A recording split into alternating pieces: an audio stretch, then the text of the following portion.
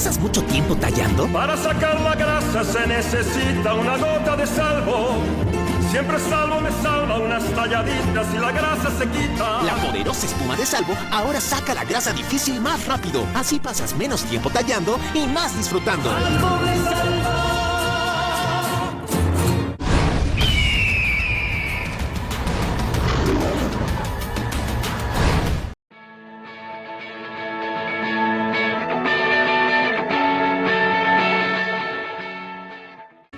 Bienvenidos a la primera y única emisión de La OFI, un podcast elaborado por Paula Hernández, Eduardo Bonilla, Karina Ruiz, Eidmar Chino y su servidor Emilio de la Cruz.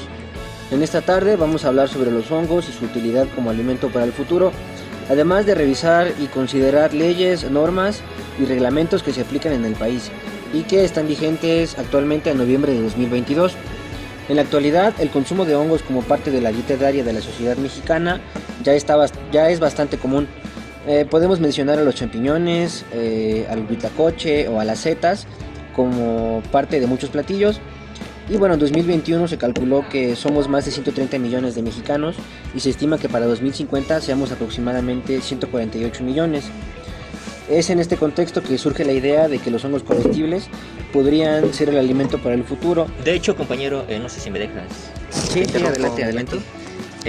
Metiéndonos un poco al contexto histórico, yo creo que aquí todos sabemos, si es que estudiamos bien el tema, que la sociedad mexicana desde sus principios, como decía, la sociedad, las culturas mexicanas, en realidad no estoy muy seguro de que hayan sido todas, pero si hablamos específicamente de la mexica, es una cultura que en su gastronomía ocupaban mucho esta parte, no los hongos. Cambió esto de la gastronomía mexicana a la llegada de los españoles y muchos de estos hongos... Bueno, se adaptó más bien, ¿no? Pues se adaptó, pero de hecho quería explicar, esta parte de... Se quitaron muchos objetos, muchos elementos de la gastronomía mexicana, elementos importantes, precisamente hablando de hongos. Y ahora que hablamos de estos elementos como alimento del futuro, ¿tú por qué piensas que en la actualidad, aunque seguimos ocupando los hongos como alimentos, ya lo explicabas y ya lo explicarán más adelante, ¿por qué tú crees que se quitaron estos? ¿Por qué ya no los usamos? ¿Por qué este cambio? Pues hubo una serie de revoluciones culturales que han ido adaptando no solamente la gastronomía, ¿no?, sino también la ideología.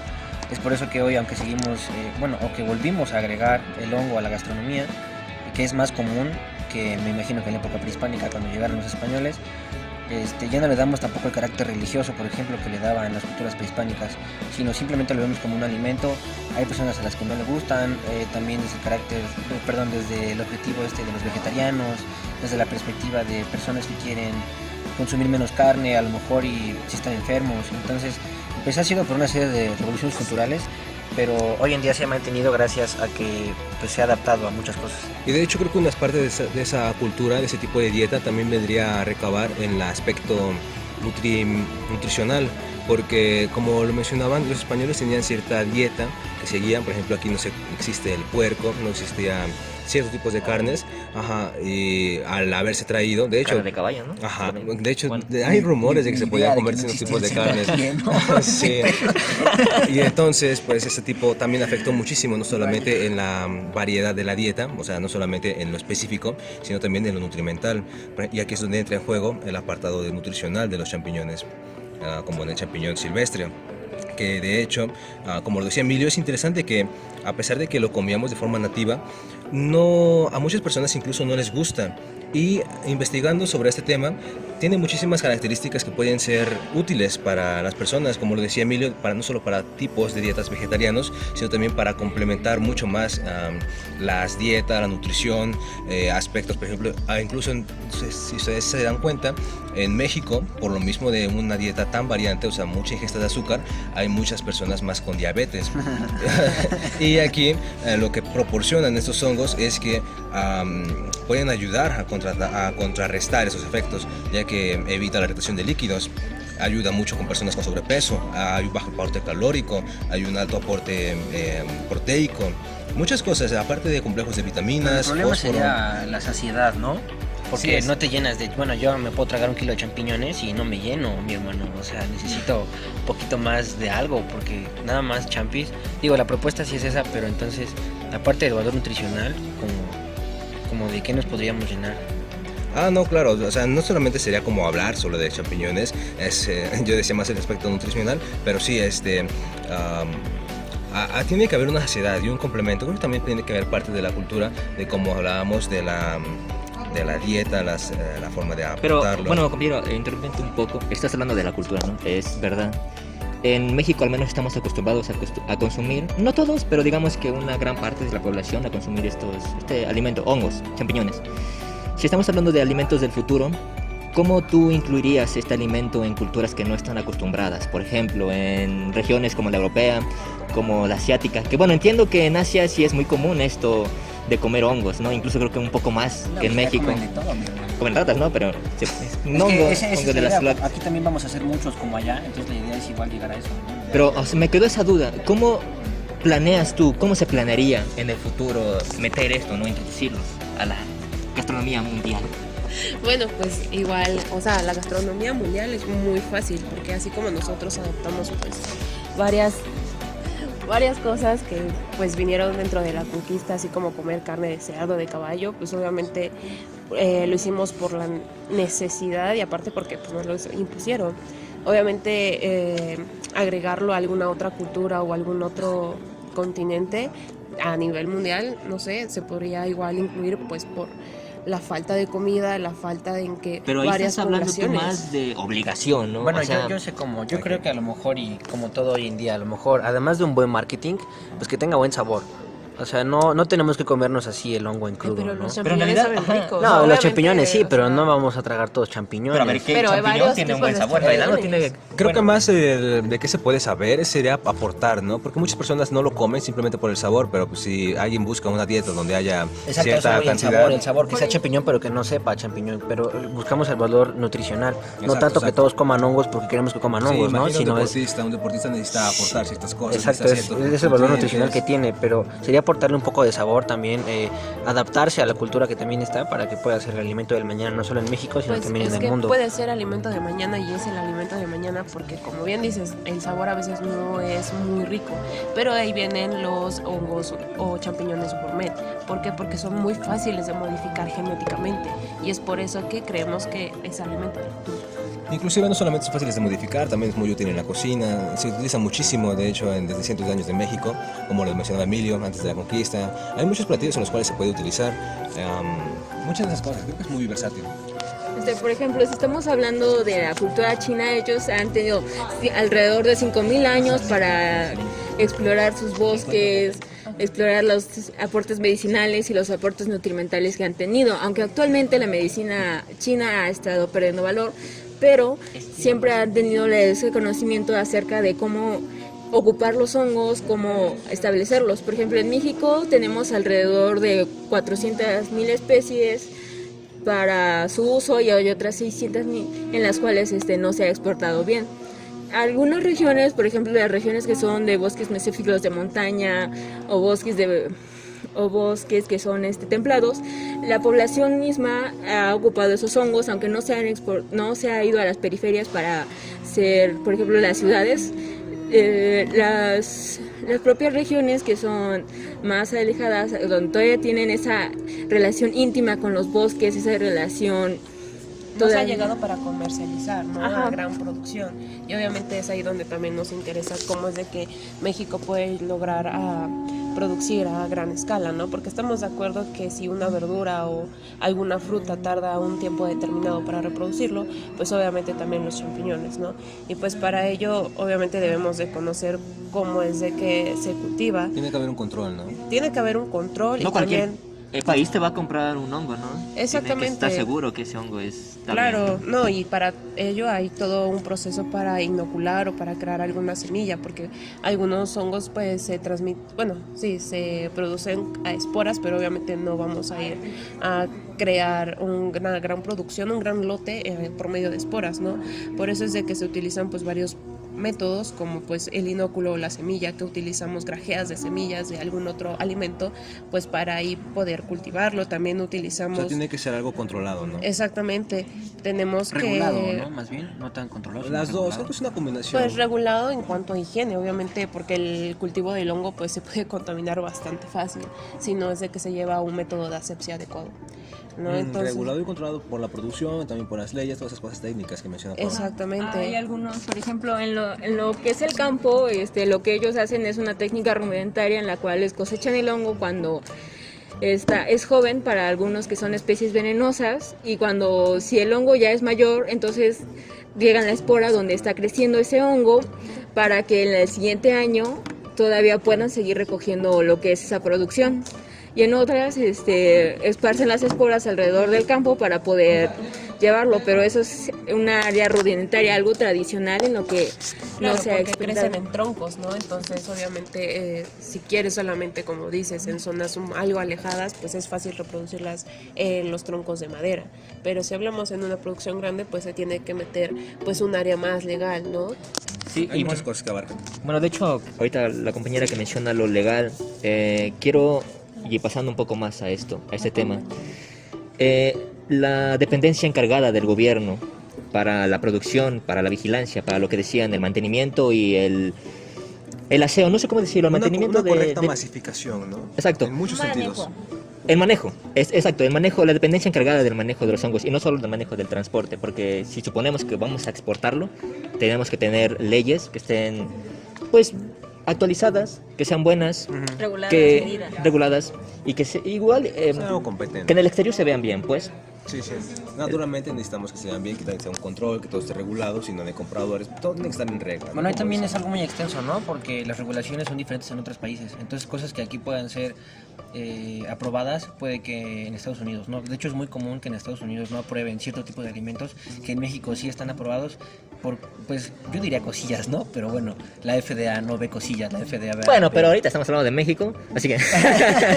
Así que tú Entremos en Así que contexto vaya, nacional. somos producción Todavía en a gran contexto escala. nacional.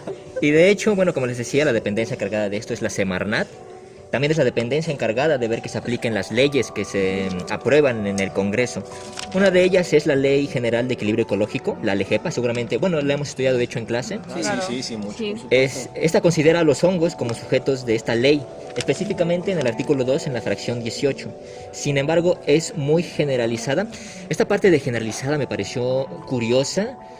¿Por qué, Eduardo? ¿Por qué? ¿Cómo es que diseñas tú una ley en donde no especificas al organismo, Pues es al que precisamente obviamente es por eso que hay vacíos legales, ¿no? Porque no se llega a una especificación, ¿no? O sea, hablamos ciertamente de cultivo de hongos que comemos, más no los que no comemos, pues no sabemos ni cómo están regulados. Sí, los vacíos legales se pueden extender a muchas cosas. O sea, de hecho, los hongos alucinógenos no están regulados. Puedes plantarlos, puedes tenerlos, puedes comerlos No te van a y decir no te van a nada. decir nada, ¿no? Y en cambio, por ejemplo, la marihuana, ufales, adiós, despídete de este mundo si te ven con 5 marihuana. gramos y cárcel. 5 gramos, exacto, sí, y puedes tener 1 kilo de honguitos. honguitos y no te va a pasar nada. Entonces, es lo mismo igual para la recolección, para la producción, no está tan regulado y pues hace falta. Pero de hecho la distribución y la competencia de los manejos de distribución están destinados a la Ley General de Desarrollo Forestal Sustentable, que en esta específicamente en su artículo 4 sí hay un campo de acción definido. Bueno, por así decirlo, porque tampoco es como que muy específico. Asimismo, estas LGDFS, que son las leyes de forestales sustentables, consideran a los hongos como parte de un manejo forestal sustentable, pero delega su campo de acción a las normas mexicanas. Bueno, las NOM que encontramos en esto sería la NOM 010 RENAC de 1996, que habla sobre el procedimiento, criterios y especificaciones para la realización y el aprovechamiento, transporte y asimilamiento de hongos. Estos especifican claramente sobre no usar de manera irracional lo que son los hongos, ya que estos en algunos casos pueden ser una plaga o dar grandes daños a la salud, ya que algunos son venenosos para esto. En esta norma también nos habla acerca de los centros de almacenamiento, los centros de transfusión y los cuerpos fructíferos, aunque no especifica claramente dónde están, cómo están regulados, porque como sabemos, pues los habla de forma general, no te dice, pues los hongos que crecen en ciertas áreas leñosas tienen que ser manejados de esta manera y se tienen que manejar de este cuidado, sino que habla de forma general y hablando sobre algunas especies de hongos. También hablamos de que es la NOM 059 ECOL de 1994 y esta determina la determinante de especies y subespecies para su cuidado y manejo. Aunque tampoco se habla así muy extenso, ya que solo te menciona las especies y subespecies que se pueden encontrar. Inclusive es una ley ya muy antigua, ¿no? De hace muchos años. Todas son viejitas. Sí, muy viejitas. Hace falta una actualización, creo yo, no solamente sino por la necesidad y la dependencia, todo como dicen, la demanda del producto, sino también porque hay muchas cosas que se han dejado como muy, con muchos huecos, precisamente, hablando de huecos. Es que esa es otra, la falta de información. O sea, la gente piensa que nada más se comen 3, 4 clases de hongos, cuando pueden ser más. Pues es que lo conocen porque pues es lo que han aprovechado económicamente. O sea, lo que llama el dinero es donde especifican y es donde hablan las leyes. Los hongos, como bien dicen, que crecen así muy lejitos, pues obviamente ni se conocen porque dicen, si no me va a dar dinero, mejor no especifico ni investigo más de eso. Sí, también lo que pide el mercado, ¿no? Sí, claro. Ajá, como Casi sabemos, no, pues estas leyes tienen 30 años y la más reciente es una que no está hablando específicamente de hongos, sino que está hablando del cuadrado de manejo de medio ambiente, que salió en 2014. Como ya tiene muchos años, no se ha regulado y no se han visto o hablado para poder regular bien lo que es el crecimiento, manejo y producción de hongos. Bueno, pero por lo pronto puede ser una ventaja o una desventaja, ¿no? Porque, bueno, ventaja desde la perspectiva en que si quieres emprender en la producción de hongos como alimento, pues tal vez no te encuentres tantas regulaciones o normas que cumplir y puedas empezar. Y la desventaja obviamente es que, pues, no hay forma para el consumidor de asegurarse que lo que le estás brindando sea algo completamente sano, comestible, que tengas un proceso regulado. Pues es que es por eso que muchos hacen como que sus cultivos caseros, ¿no? Porque pues al fin y al cabo... Intoxicados. Ajá, intoxicados. No, pues Sí, es que puede ser. venden como los kits para crear tus honguitos, sí, ¿no? lo Bueno, venden. yo he visto de hongos blancos, hongos, bueno, setas rosas, ¿no? Y obviamente tú puedes decir, no, pues voy a cultivar esto, no, tiene nutrientes, no me sirve, soy vegetariano, ¿no? Porque a los vegetarianos o veganos son a los que más les llama la atención, no porque no, obviamente no deben de comer. Es que esa es también otra cosa, cambian de dieta y ven en San Google y dicen, se parece mucho, me lo voy a comer. Así, no existe algo así como una información que digna completamente en internet, ya que la mayoría de hongos cuando son en sus etapas jóvenes se parecen muchísimo, demasiado. Sí, claro, eso sucede con las diferentes especies de manitas, ¿no? Porque, La obviamente, manita muscaria se parece a las exactamente. otras que son comestibles, pero Sí, cómete sí, una sí. muscaria y despídete, revives. sí, no, adiós. Pero Hongos que solo comes una vez en tu vida. Recapitulando entonces, ¿qué podríamos sacar de todo esto? esto de los hongos como alimento del futuro. Pues para empezar, que no es tanto el futuro, también es el alimento del hoy, porque ya tenemos hongos en la dieta Quizá de ayer, actual. ¿no? Bueno, desde ayer, la de hoy y la del futuro, y que existen gran diversidad de hongos comestibles. Y no comestibles, obviamente. Todos con poca regulación. Claro. Todos con poca regulación. Hace falta regulación en cuanto a los hongos, no solamente los comestibles, en general. Y en particular para el alimento del futuro son una... Buena alternativa. Bueno, ¿no? exactamente, son una Buena gran opción. alternativa, una muy buena opción. Una promesa casi podría decir yo. Sí, Todo ya también el depende IPN de la debería persona, dejar los las nopales leyes. y irse con los hongos. El amaranto o la soya, que también es bien llamada. Ok, pues... Y bueno, Bueno, pues esta es el debut y despedida, Debut ¿no? y despedida. Podríamos Querido decir. podcast. Espero que haya sido, bueno, interesante, ¿no? Yo creo que un tema bastante amplio. Pudimos extendernos muchísimo más. Pero el tiempo nos Pero el come. tiempo. Pero si Sí. están comiendo, disfrutando de algún alimento, provecho. Coman y obviamente champiñones, si ¿no? Coman comen un champiñones. champiñón, cuestiónse bien, ¿no? Todo. Sí, Pues, ¿de dónde pasen vino? toda su ¿Quién se vida, los vendió? filosofen, digan, este no tiene Pero papeles. bueno, para sin despedirnos, papeles. ¿cuál es su hongo favorito? ¿En qué lo comen? ¿Cómo lo comen? Boletus. Asadito. No, es mi patrón en la calle. yo nada más champiñones en las gorditas, en las quesadillas. Las Obviamente quesadillas. pues también en comida, ¿no? No, a mí Y no me algunos gustan, saben a otros. tierra. Especialmente No se puede huitlacoche, no sé mencionar si lo han aquí. probado. Si no lo han probado, prueben Sí, memelas con sabe huitlacoche, bueno. salsa No me gusta roja. el huitlacoche. No, Pero me gusta bueno, más, me gusta más la flor de calabaza. ¿Qué sabe? Así que Muchas coman. gracias. Bye. Hasta Luego, luego. saludos a mi mamá.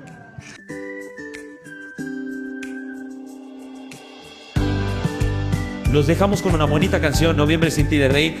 Recuerda, solo lo escuchas aquí en la zona 103 FM